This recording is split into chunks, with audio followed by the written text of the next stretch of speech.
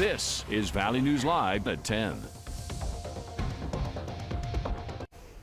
Good evening, everyone. I'm Stacey Van Dyke. And I'm Justin Betty. Today, blue and yellow flags waved in the air over the Red River as local folks gathered on the Veterans Memorial Bridge between Fargo and Moorhead to show support for Ukraine. In recent days, the fighting has intensified there as the country remains under attack by Russia.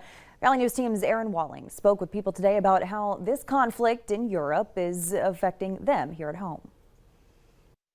My brother, my cousin, my friends, they fighting.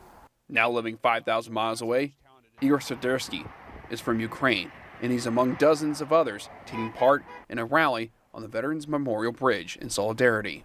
It just warms my heart to see this global effort in hearts and prayers going out to the people of Ukraine. Many of the supporters for the rally came from different backgrounds and have different connections to the country. Mary Jane Haugen was on a Peace Corps mission in Ukraine in the early 2000s and saw the resiliency of the Ukrainians during the Orange Revolution. She says she sees that again during this latest incident. They had been through so much, and they grasped what it meant to be an independent country. And they asked for so little besides respect as a country that was trying very hard to get into the capitalist world and make things better. Others rallied in support of their friends and family that have been impacted by this crisis. It just seems like really important for us to be out here to acknowledge their strength and resilience. For Sidersky, he speaks to his family and friends every day to see how they are doing. He says it's been difficult living in the U.S. while they're caught up in the war zones.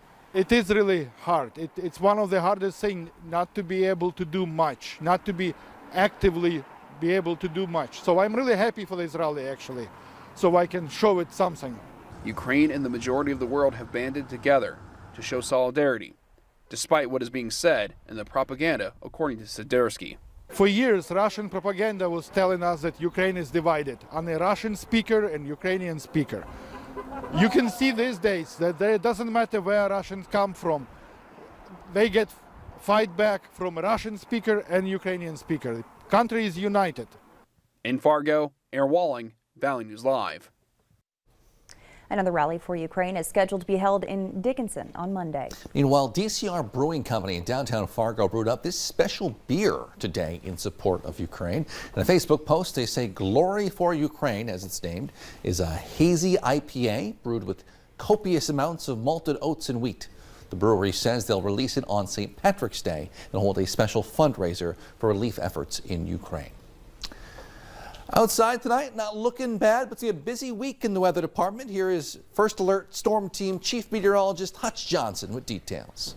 Justin, thanks so much. As we glide through the 10 o'clock hour on this midweek day, the cold air is diving down. Now, we didn't get as warm as yesterday, 20s south and teens north. A north wind continues tonight, and it's pulling cold air in. Look at Langdon, 11 below, Hallock, 8 below zero. And we do have a temperature now of 9 in Fergus Falls.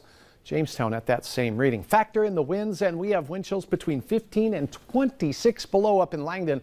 Wind chill advisory for our northern counties. That's where things will be the most brutal, and that's thanks to the fact that you'll have the most clear skies. We have a boundary in the area kicking off some snow showers. On the warm side of this boundary, though, we have some mixed precipitation through the big sky country of Montana into western South Dakota. For us, we should, for the most part, stay dry in our area. Our south central North Dakota counties have a chance at seeing a little.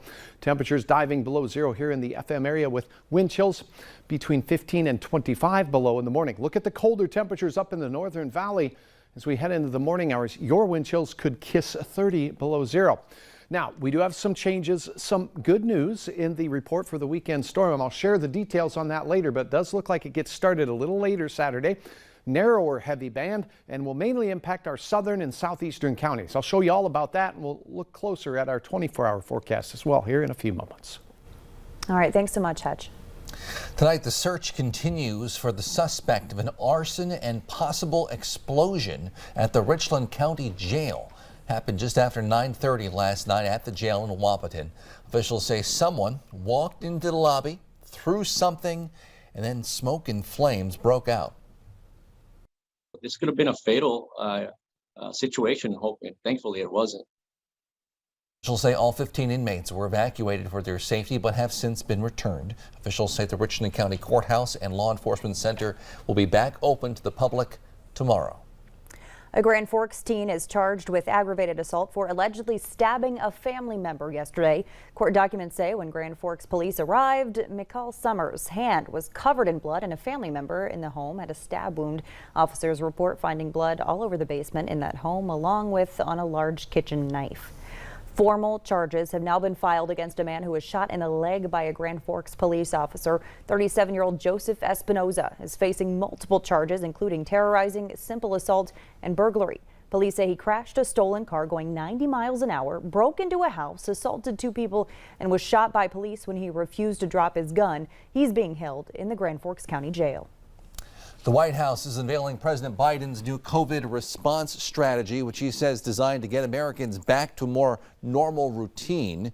Among the keys to the plan is a new test to treat program, which President Biden mentioned during the State of the Union last night. It would allow Americans to get tested for COVID-19 and receive free antiviral pills on the spot at local pharmacies and other locations. Hundreds of one-stop sites will open across the country this month, located at local pharmacy clinics, community health centers, long-term care facilities, and veterans health centers. The 96-page plan still needs to be funded by Congress. COVID-19 numbers continue to plummet both across the country and across the region.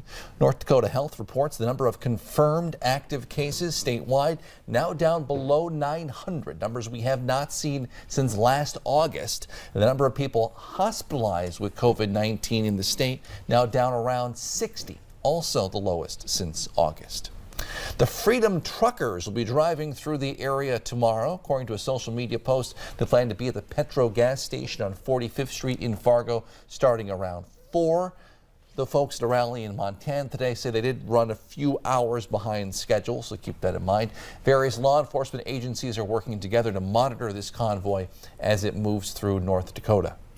Continental Resources is committing $250 million over the next 2 years to help fund a $4.5 billion carbon capture project. 31 ethanol plants across 5 states, including the Dakotas and Minnesota, are partnering with Summit Carbon Solutions to build what they're calling the largest carbon capture and storage project of its kind in the world. Under the plan, CO2 from the ethanol plants will be transported via pipeline to North Dakota, where it will be permanently stored underground.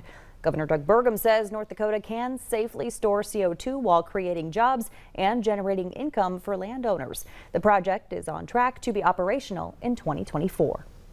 Still ahead tonight, we'll look at the candidates in the growing race for governor of Minnesota. And temperatures right now much cooler than yesterday at this time by some 15 to 25 degrees across our area. Things are a little breezy out there and it's going to get mighty cold tonight. I'll have details on the coldest day of the forecast period tomorrow, and we'll look ahead toward that weekend storm. All that coming up next.